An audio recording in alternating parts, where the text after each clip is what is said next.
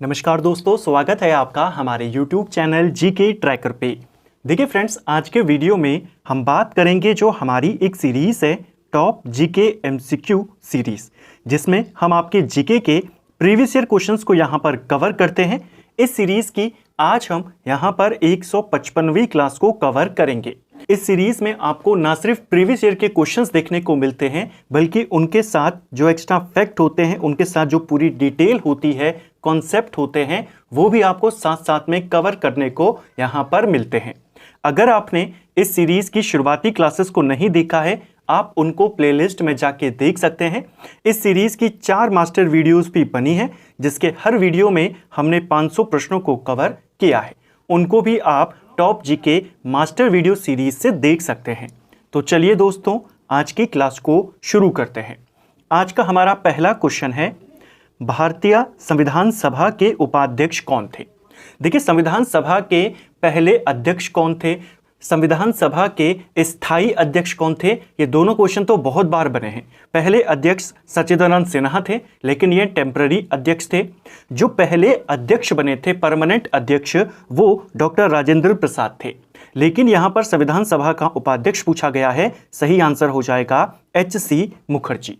जो हमारी संविधान सभा थी, जिसकी पहली बैठक 9 दिसंबर 1946 को होती है, जिसमें सच्चिदानंद सिन्हा को इसका टेम्पररी अध्यक्ष बनाया गया। इसी संविधान सभा की दूसरी बैठक 11 दिसंबर 1946 को होती है, और इस बैठक में राजेंद्र प्रसाद को अध्यक्ष, साथ में एच.सी. मुखर्जी को उपाध्यक्ष, और इनके साथ साथ एक व्यक्ति और थे, वी.टी.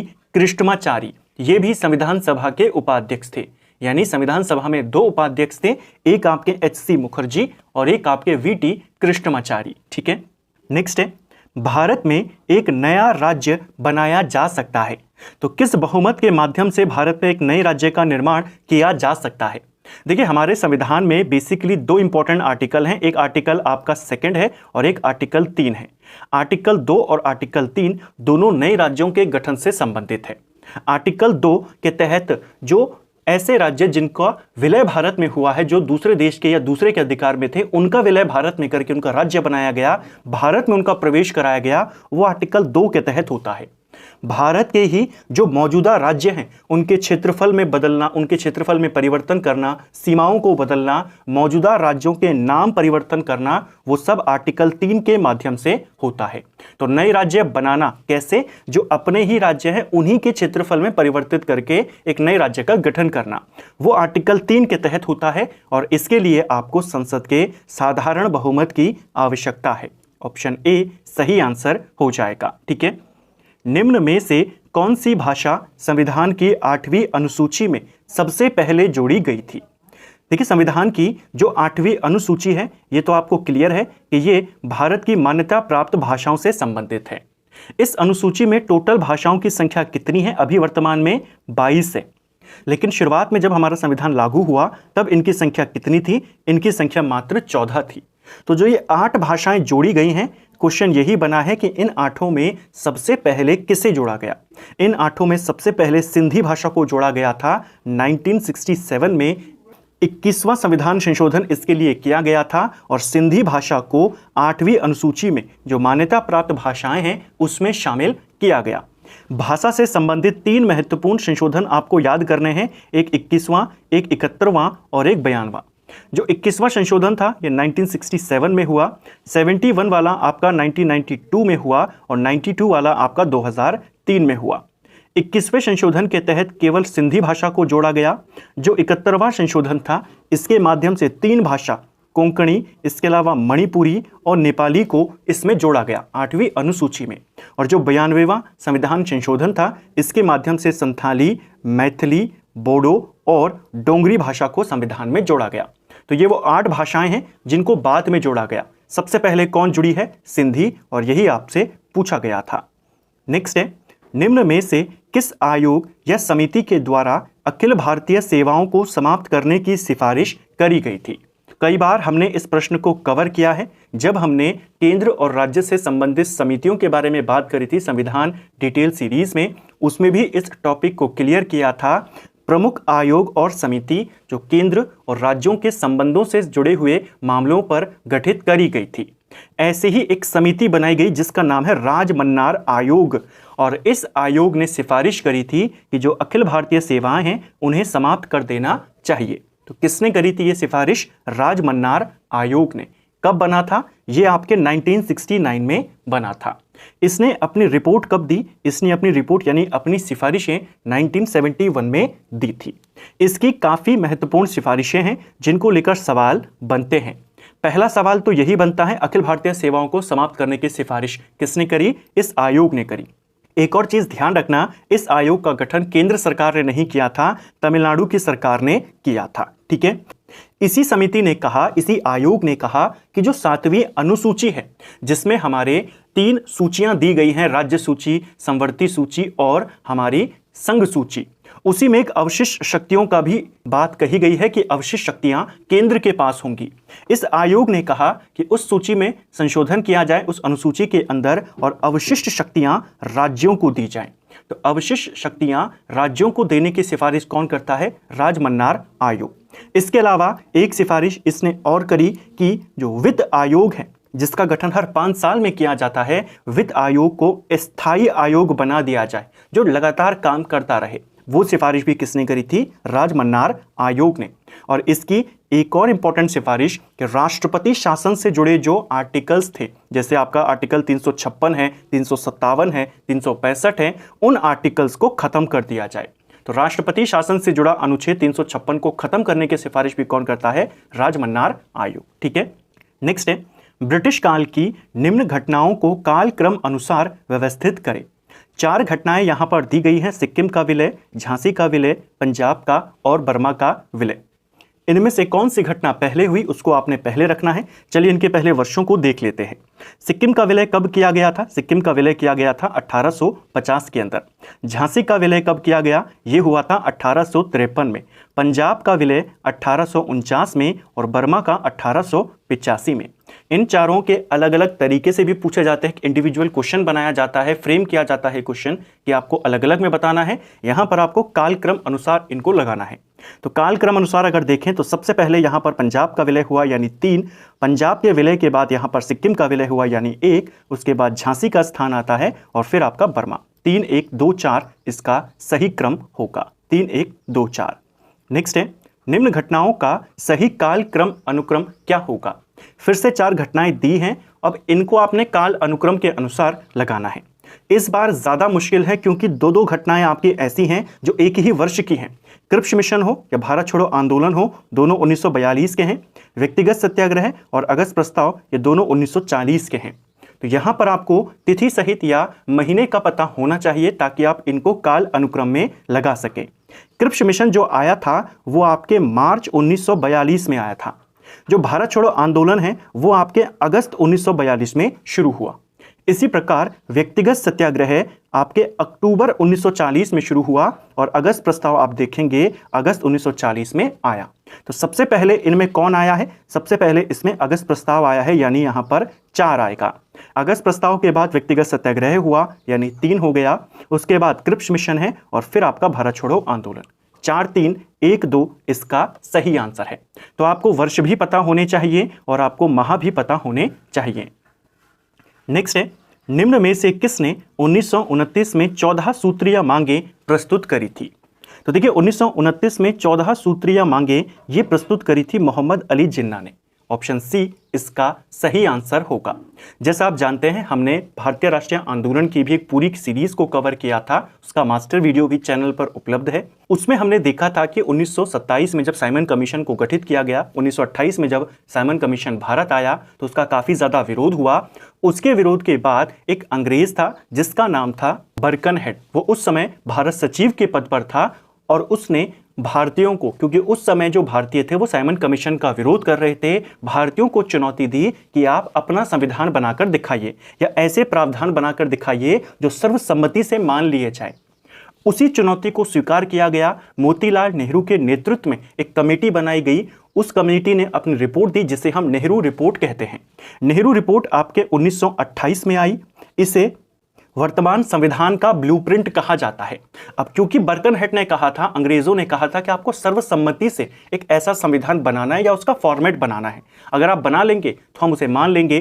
तो नेहरू रिपोर्ट आई 1928 में, उसमें कई सारी मांगे रखी गई, कुछ प्रावधान उसमें रखे गए। डिटेल में उसके बारे में हमने राष्ट्रीय आंदोलन में बात करी थी, तो अभी उतना डिटेल में नहीं जाएंगे। लेकिन हुआ ये कि नेहरू रिपोर्ट के विरोध में मोहम्मद अली जिन्ना ने अपनी एक अलग रिपोर्ट जारी कर दी और 14 सूत्रीय मांगों की वहां पर इसने अपनी मांग रख दी। अब क्योंकि इधर से अलग मांगे हो गई, इधर से अलग मांग हो गई, तो जो अंग्रेजों ने कहा कि आप सर्वसम्मति से नहीं बना सकते, वो बात उनकी सही हुई और नेहरू रिपोर्ट को उन्होंने फिर नहीं माना और फिर साइमन कमीशन ही आगे अपना काम करता है। तो ये पूरा कॉन्सेप्ट है, इसको आपने समझते हुए चलना है, क्योंकि क्वेश्चन बनता है जिन्ना ने 14 सूत्रीय मांगे किसके विरोध में प्रस्तुत करी, तब आप कहेंगे नेहरू रिपोर्ट के विरोध में। नेहरू रिपोर्ट 1928 में आई, क्यों बनी, किसके नेतृत्व में बनी, वो सब हमने यहां पर कवर किया। सही आंसर क्या होगा, जिन्ना। नेक्स्ट है, निम्न में से कौन सा कथन गलत है। तो 4 स्टेटमेंट आपको दिए गए हैं विजयनगर साम्राज्य और बहमनी साम्राज्य को लेकर के। चलिए देखते हैं इनमें से कौन सा वाला गलत है। विजयनगर साम्राज्य की राजभाषा तेलुगु थी, यह आपका बिल्कुल सही है। विजयनगर और बहमनी साम्राज्य के ऊपर भी डिटेल्ड क्लास ऑलरेडी बनी है, जिसमें हमने दोनों साम्राज्यों के सभी वंश, सभी शासकों के बारे में, सभी महत्वपूर्ण तथ्यों के बारे में बात करी है। तो पहला पॉइंट आपका बिल्कुल सही है। दूसरा, बहमनी साम्राज्य की राजभाषा फारसी थी, ये गलत हो जाएगा। कई बार कवर किया है, बहमनी साम्राज्य की जो राजभाषा थी वो मराठी थी, न कि फारसी। तो सेकंड वाला आपका गलत है। तीसरा, विजयनगर के शासक वेंकट द्वितीय का स्पेन के शासक फिलिप तृतीय से सीधा पत्र व्यवहार होता था, यह आपका बिल्कुल सही है। जो विजयनगर साम्राज्य पर चौथा वंश स्थापित हुआ था, अराविडू वंश, उस वंश का सबसे जो प्रमुख शासक था, सबसे मुख्य शासक था, वो था वेंकट द्वितीय। और इसके बारे में भी हमने बात करी थी कि इसका जो स्पेन का राजा था फिलिप तृतीय, उसके साथ सीधा पत्र व्यवहार होता था। सही आंसर है आपका जो तीसरा वाला है, वो भी सही कथन है। वेंकट द्वितीय को लेकर के 2-3 बातें और पूछी जाती हैं। विजयनगर के किस शासक ने चंद्रगिरी को अपना हेडक्वार्टर बनाया, तो वेंकट द्वितीय ने बनाया। विजयनगर के किस शासक ने ईसाई पादरियों को अपने साम्राज्य में धर्म प्रचार करने की और गिरजाघर बनाने की अनुमति दी, वो भी वेंकट द्वितीय था। और इसी वेंकट द्वितीय के काल में जो वोडियार था, वो मैसूर साम्राज्य की स्थापना करता है, वो भी इसी के काल में हुई था। ये सब बातें हमने हमारी डिटेल्स क्लास में कवर करी थी।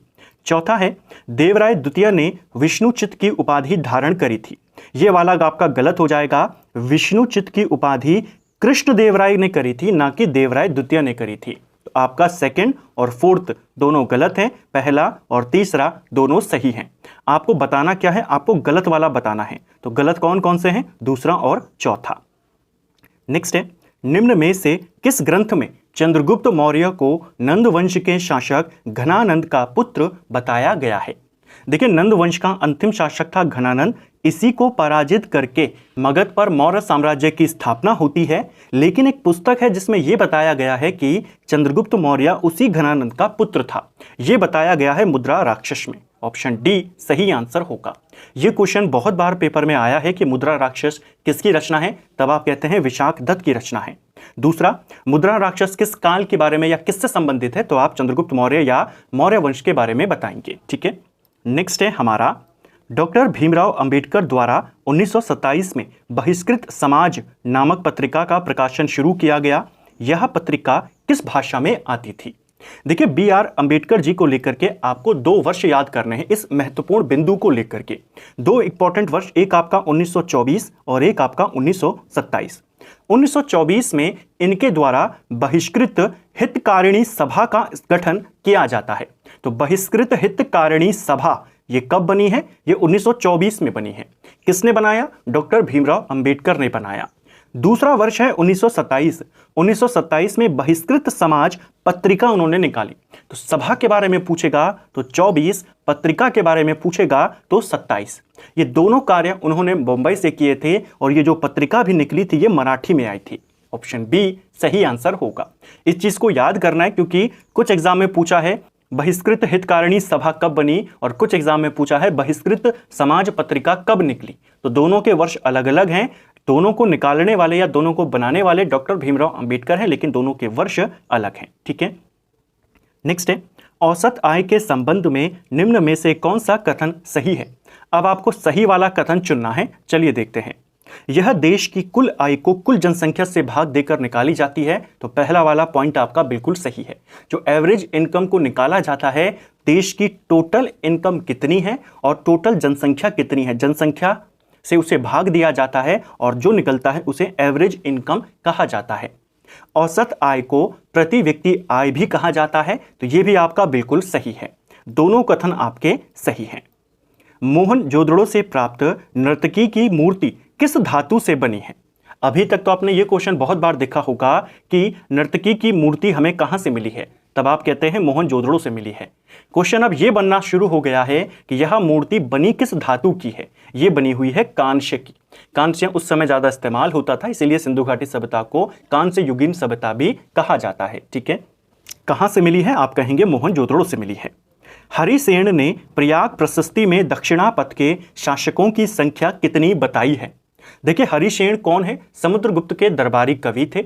हरिसेन ने प्रयाग प्रशस्ति की रचना करी है, जिसमें उसने समुद्रगुप्त की विजयों का वर्णन किया है।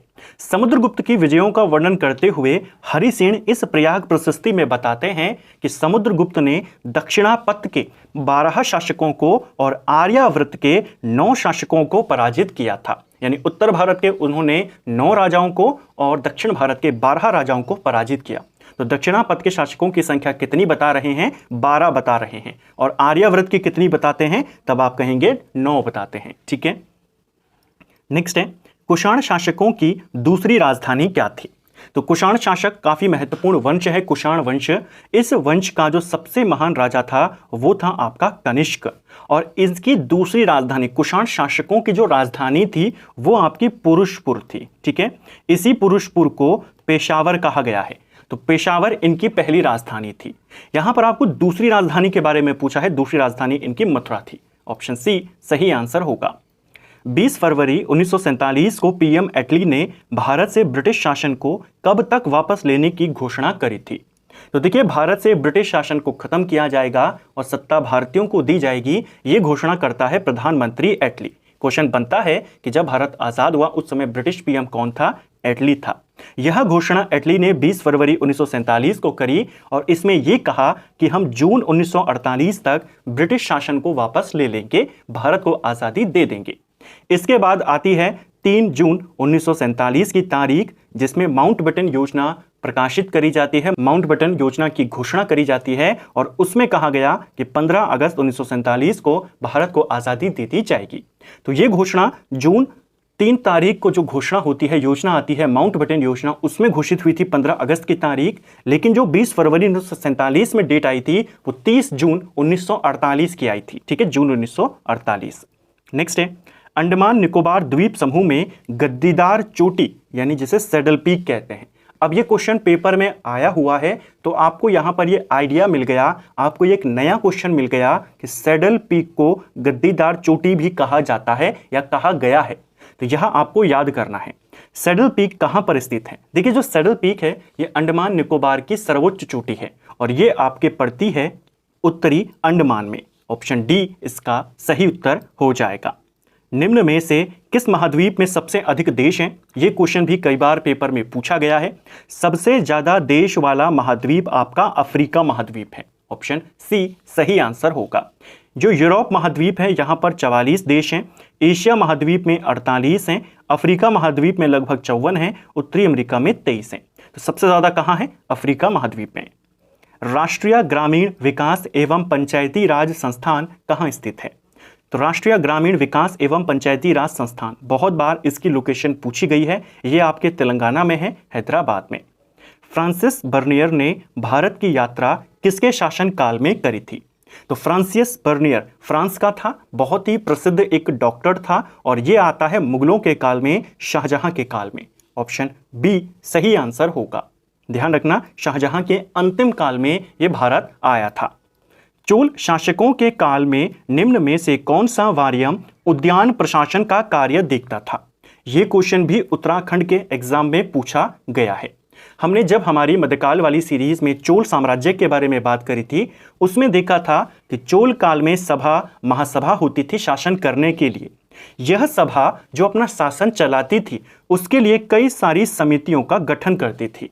उन्हीं समितियों को वारियम कहते थे। तो चोल काल में समितियों को वारियम कहते थे। हर चीज के लिए वारियम बनाया गया था। उसी प्रकार उद्यान प्रशासन के लिए जो वारियम बना था उसे टोट वारियम कहा जाता था। ऑप्शन सी सही आंसर हो जाएगा। जो पान वारियम होता था यह मुद्रा नियमन से संबंधित होता था। जो आपका एरी वारियम होता था ये तालाब या सिंचाई से संबंधित होती थी। और जो आपका संवत्सर वारियम होता था ये आपकी वार्षिक समिति या वार्षिक वारियम होता था। तो ये कुछ प्रमुख समितियां हैं चोल काल की। वारियम किसको कहते हैं? समितियों को कहते हैं। उद्यान वाली बहुत बार आई है, टोट वारियम, इसको याद करेंगे। ठीक है, तो फ्रेंड्स ये था हमारा आज का वीडियो जिसमें हमने जीके के 20 इंपॉर्टेंट प्रीवियस ईयर एमसीक्यूज को यहाँ पर कवर किया। ना सिर्फ इनको कवर किया, इनके साथ जो आपके कॉन्सेप्ट थे, जो आपके एक्स्ट्रा फैक्ट थे, उनको भी साथ साथ में कवर करने का प्रयास किया। उम्मीद करता हूं आपको आज का वीडियो पसंद आया होगा। अगर आपको ये वीडियो पसंद आई है तो वीडियो को लाइक करें, चैनल पर नए हैं तो सब्सक्राइब करें, अपने दोस्तों के साथ शेयर करें। वीडियो आपको कैसा लगा कमेंट बॉक्स में हमें ज़रूर बताएं। Thank you friends.